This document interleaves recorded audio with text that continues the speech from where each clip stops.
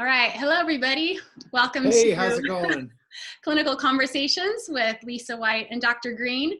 And today we're going to do something a little bit differently. Dr. Greene is kind of flipping the switch and he offered to interview me, which I'm really honored. So thank you, Dr. Greene, for offering to do that.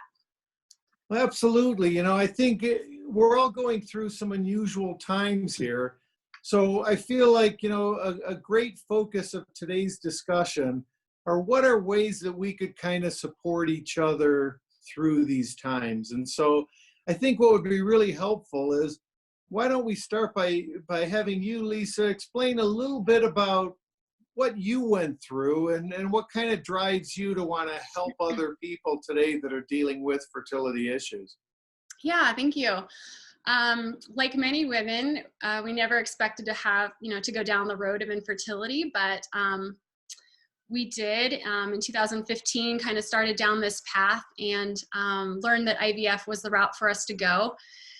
So IVF was what was directed to us, and you don't ever plan to go through this, and there's a lot of unknowns and a lot of uncertainty, as much as what we're going through right now with the coronavirus. And what helped me the most in going down our fertility path was my background as an occupational therapist. I've been a therapist for 20 years. And so just that holistic approach, mind, body, spirit, really looking at the whole picture, I was really fortunate to have that background to draw upon to support me through this process. So as far as like leading to the work I'm doing now, I mean, gosh, I just felt called to use our story and kind of, it's a very painful process, but I really wanted to turn that pain into kind of a positive where I can empower women, hopefully help transform their experience going through this really difficult experience. And it's one of the things I've always admired in our discussions together. And I've shared with you before, as well as with our audience. I've been through the process myself, and I learned to understand and appreciate the emotional aspects of things. Mm-hmm. But one of the things that I think is relevant both to fertility treatment, especially more high-tech fertility treatment, and what also relates to some of the fears people have with the coronavirus, is how we could use science to learn and try to understand and try to create some order and rationale in some of the things we're making. So how do you think that process of taking it, a little bit beyond the romantic and a little more into the scientific, how did you deal with that transition, and what would be some comments you might have about that transition? Can you explain a little bit what you mean about this, talking about the science?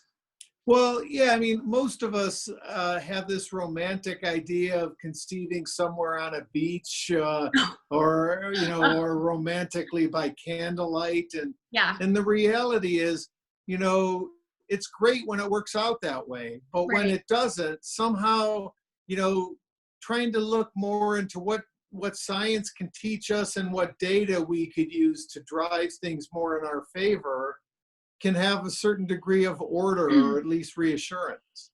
Yeah, I mean, I relied on my doctors to guide me through that process. That was not my expertise to understand all of the procedures, and we had a lot of procedures I had to have before our embryo transfer. So, I let you all handle more the medical approach, to be honest. I took a step back from that arena, but I knew what I had to control things that a lot of people, I think, give away their power, right? They give away all of their, how do I want to say it? I just knew I had to reclaim kind of my life through this process and control what I could control. And that was the emotional, the spiritual, just understanding how that all fit together. Like I said, I really respected what you all would guide me through with my medications and the protocol. And I took a whole different way of going through my journey. And that's kind of what I wanted to share with women, really, is incorporating holistic practices and an integrated approach. It's really a team effort, I mean, there's your medical team and there's other parts of your team. Like having a sisterhood of other women who you can talk to and have that support. And I had, you know, an acupuncturist, and I sought out other holistic supports like Reiki was a really extremely powerful thing for me. So just understanding how it all fits together. There's no like one way approach. But just through my own personal journey, I really uncovered some major kind of themes, and that led me to create my own kind of method to help women go through this, which I call it the IVF Soul Align method. Yeah, that's Yeah, awesome. thank you. And, you know, one of the challenging things that a lot of people are dealing with today is trying to pursue some of those more mindfulness techniques in this era of social distancing. And what are some things that you think could be helpful for people to think about so that they don't feel like they're isolated and alone when physically they are kind of isolated and alone? Yeah, you know, I really look at this time as a time for everyone to kind of go within.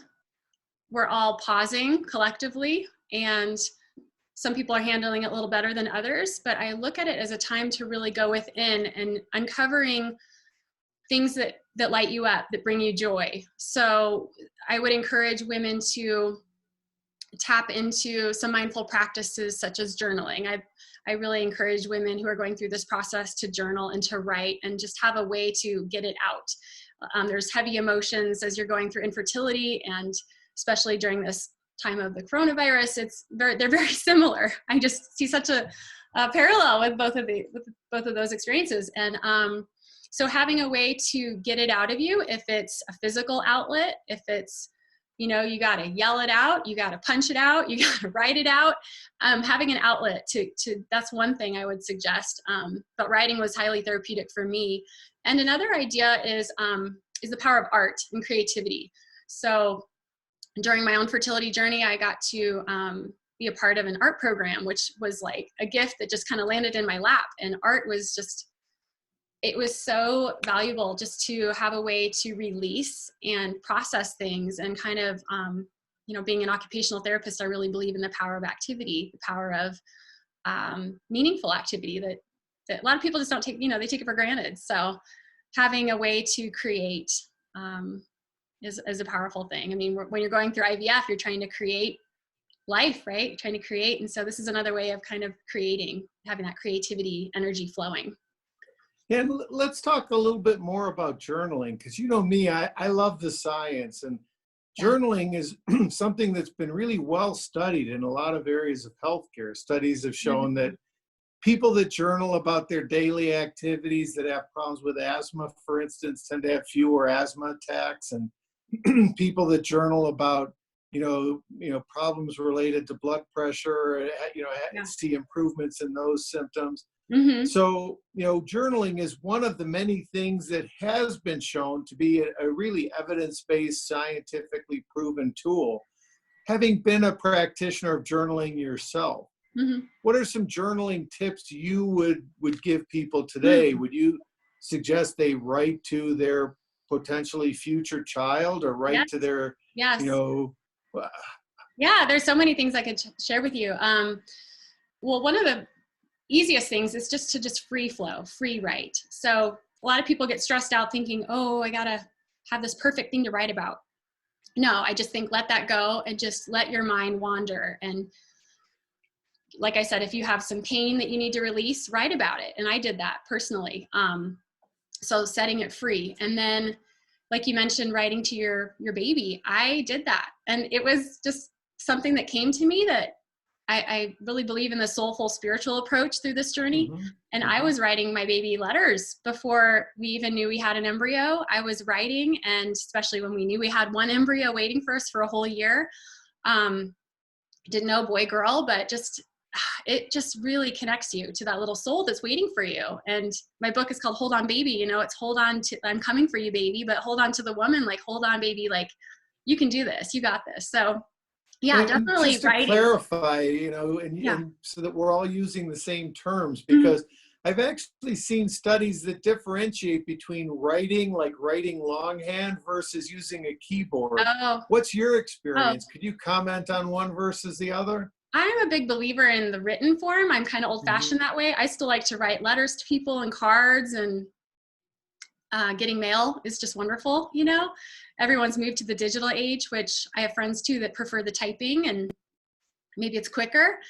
With whatever way you want to do it, I just, the old freehand, there's a mind body connection there.